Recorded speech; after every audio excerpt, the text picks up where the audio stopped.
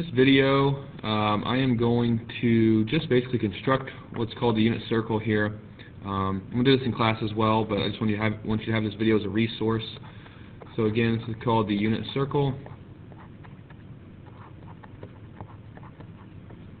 Basically what the unit circle is a circle that has a radius of 1. So if I pretend like this is the origin of an XY axis, this point over here would be the point 1, 0. This point up top would be the point 0, 1.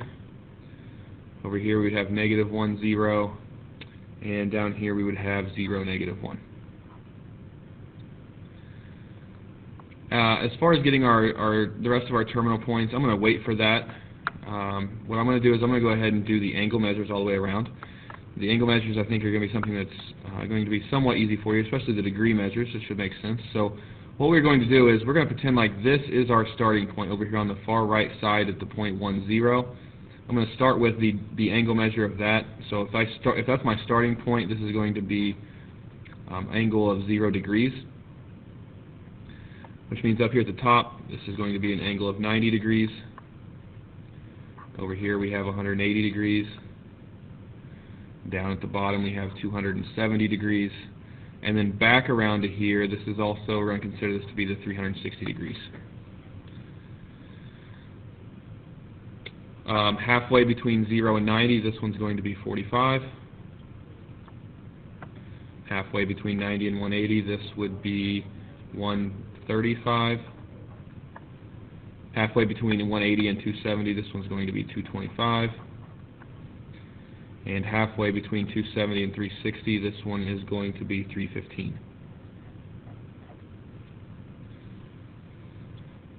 Okay, and I'm going to talk more in class about where we get these, which specific angles these are and why. But for right now, I'm just going to go ahead and give you what these angles are going to be. This is going to be a 30-degree angle, and this is going to be a 60-degree angle. So if you just remember that they're 15 degrees off either way from the middle line here, that's going to help you get the rest of these as well. Okay, so if I'm just going to go 15 degrees back from the 135, this is going to be 120, and if I go 15 more, this is going to be 150. And I'm going to do the same thing here. This would be 210, and this would be 240, and then this would be 300, and this would be 330. Okay, so those are the angle measures that we're going to have all the way around for the unit circle in degrees, and again, that should be pretty easy to understand. The next thing I'm going to do is do radian measures. Okay, radians are just another way that we have to measure an angle besides degrees. You guys are so used to using degrees to measure angles, but a lot of what we're going to do in pre-cal is going to deal with another type of measurement for angles, which is called radians. Over here I'm going to start at 0 radians. I'm just going to tell you that all the way around the unit circle is a measure of 2 pi radians. Okay, so I've got all the way around, that's going to give me 2 pi radians. Then halfway around would be pi radians, just 1 pi, right? So if all the way around is 2 pi, then only halfway around would be 1 pi. I think we can get this one at the top after that. If halfway around is 1 pi, then this is going to be pi over 2. So half of pi. So instead of saying 1/2 pi, I'm just going to put the pi on top, pi over 2. And then down at the bottom, this is going to be 1 1/2. So in terms of a fraction, I'm going to say 3 pi over 2.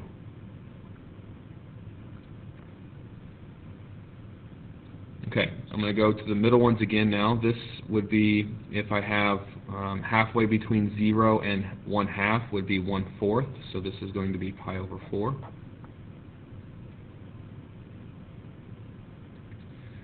So that's 1/4. Here's 2/4. This is going to be 3/4. So 3 pi over 4. This would be 4/4 or 1. This would be 5/4. 6/4, which reduces to 3/2, 6/4, and then 7/4 would be the next one in the middle here, 7/4 pi, and then 8/4 pi, which would be the 2 pi. Okay, so now let's go and get these other ones that we don't have yet filled in. So this is 30 degrees, or think about it, if I were to break just the top section, actually I'm going to do the 60 degrees first, and it might make a little more sense. So for the 60 degrees, that's taking this 180 degree section. I'm just looking at the top half of the unit circle. It takes the top half, and if I go 60 degrees at a time, it's dividing into 3 sections, right? So that's 1, 2, 3 sections that are equal. So I'm taking the distance, or the measure of pi, and I'm dividing it into 3 sections, which means this is going to be 1/3 of pi, or pi over 3. This is going to be 2/3 of pi, or 2 pi over 3. This would be 3 pi over 3, which is 1. 3 pi over 3. Go another third, so that's going to be to here. This is going to be 4 pi over 3. Here's 5 pi over 3. And then we've got 6 pi over 3, or 2 pi.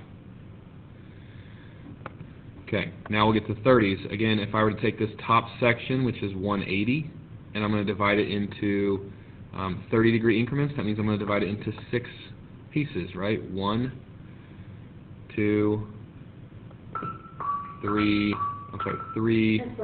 4, 5, 6. So again, it's 1 to 30, 2 to 60, 3 to 90, 4 to 120, 5 to 150, and 6 to 180. So I'm dividing it into 6 sections. This is going to be pi over 6.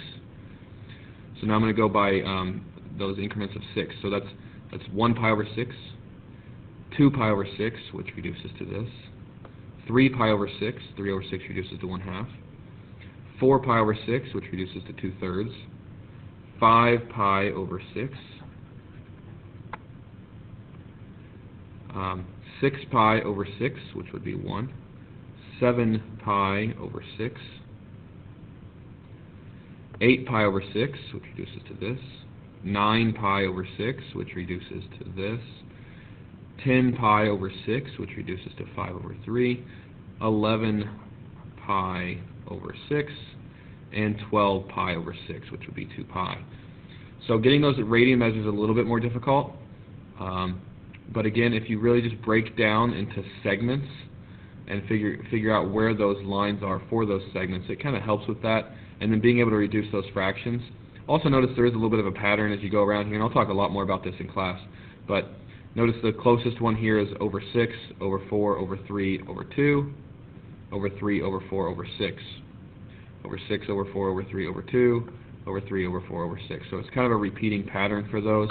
So when I start asking you about these angles, like down here, you know, you might not remember those exactly, but if you remember kind of that pattern, it's going to help quite a bit there. Okay, now I'm going to fill in these coordinate measures, and again, we'll talk a lot more about this in class, but I'm going to start with the 45 degree angle. Again, that means that from here up to here, this is 45 degrees. Okay, and remember the radius of this unit circle is 1. So this length of this segment is 1, which is kind of like if I were to make a triangle here, right, with an angle of 45, this angle would also be 45. I'd have a right angle down here. Again, I'll do more of that in class. And my hypotenuse was 1. What would be the length of the x-coordinate, and what would be the length of the y-coordinate? Well, I hope that you can tell that if it's a 45 degree angle, the x and y coordinates would be the same length. You should know that much. I'll go ahead and tell you what it's going to be, but again in class I'll go over it in more detail. It's going to be the square root of 2 over 2. And that's going to be both the x and the y coordinate there, because they're going to be the same, because of the 45 degree angle. Okay, now if I use that, and I think about my other 45 degree angles, are the ones that are in the middle, so I'm talking about 135 and 225 and 315. Those coordinates are going to be the same. I just have to worry about the sign of those, which means if I'm in quadrant 2 over here, here's quadrant 1, everything's positive over here. If I'm in quadrant 2, the x-coordinate is negative, right? I go left and I go up. So it's a negative x and a positive y, which means for this one it's going to be negative square root of 2 over 2, comma, positive square root of 2 over 2. In quadrant 3, everything's negative, right? Negative x, negative y. So this is going to be negative square root of 2 over 2 and negative square root of 2 over 2. And then in quadrant 4 down here, x's are positive and y's are negative, so it's going to be the positive square root of 2 over 2 and the negative square root of 2 over 2. Okay, now to get the other ones. What's nice is we start to see a lot of the same numbers over and over again. Again, you should see that with the square root of 2 over 2. I use that a lot there. All the other points are going to be using the same numbers as well. And that's because we're dealing with, in both cases, a 30, 60, 90 triangle. So again, if I just think about this 30 degrees, that means this angle is 30. If I were to make a triangle out of this and go up to here, this angle would be 60, and this would be a 90-degree angle. 30, 60, 90, and then if this one's 60, it's just the same triangle flipped. And again, I'm going to do a lot more of that in class with you guys. But the measures I'm going to have there, all you have to remember is the x-coordinate going to be bigger, or is the y-coordinate going to be bigger? And you're going to be using the same numbers again, it's just going to be what's going to determine what. I can tell you that the two measures that we're going to have for those lengths are either going to be 1/2 or the square root of 3 over 2. If you think about these two numbers for our lengths, think about which one is bigger, 1/2 or the square root of 3 over 2. 1/2, think about this as the square root of 1 over 2, right? 1 is the square root of 1, so which one of these two things is bigger if I take the square root of 1 and divide it by 2, or if I take the square root of 3 and divide it by 2? This one is going to be bigger, the square root of 3 over 2.